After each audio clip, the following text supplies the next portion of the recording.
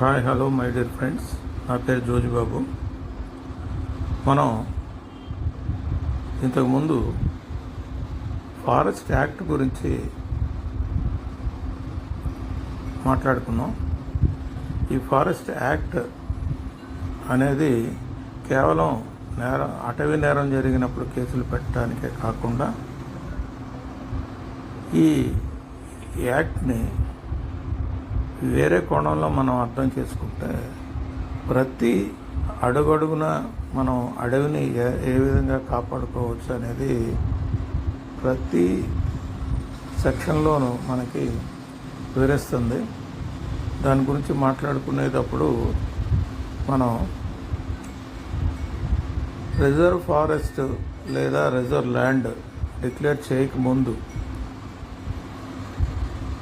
ఉన్నటువంటి అడవిని, అంటే అడవి స్టేటస్ని, ఫ్లోరా అండ్ ఫానా సమృద్ధిగా ఉండి ఈ భూమిని అటవీ భూమిగా మనం డిక్లేర్ చేయొచ్చని ప్రభుత్వం అనుకుంటే సెక్షన్ 3 కింద ఏపీ ఫారెస్ట్ యాక్ట్ 1967లోని సెక్షన్ 3 కింద ఆ భూమి ఇంతకుముందు ఏ స్టేటస్లో ఉన్నా కూడా దాన్ని రిజర్వ్ ఫారెస్ట్గా డిక్లేర్ చేయడానికి మనకి హక్కులు ఇవ్వబడినాయని తెలుసుకున్నాము. అలాగే మనకున్నటువంటి రిజర్వ్ ఫారెస్ట్, రిజర్వ్ ల్యాండ్ చేయటానికంటే ముందు ఉన్న స్టేటస్ని కమ్యూనిటీ ఫారెస్ట్ అనే సబ్జెక్ట్లో మనం తెలుసుకున్నాము. అలాగే అది AP forest act section 20 clause 1 sub clause ఏలో వివరించబడింది.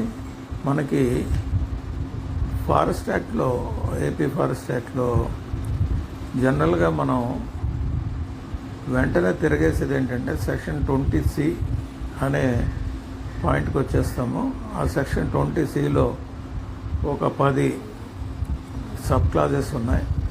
ఆ సబ్ క్లాజెస్లో ఏ సబ్ క్లాజ్ కింద నేరం జరిగిందో చూసి దాని మీద మనం కేసు పెట్టడం జరుగుతుంది. అంతే తప్పితే మనం పెద్దగా ఈ సెక్షన్స్ ఏంటి అనేదాన్ని అర్థం చేసుకోలేదు.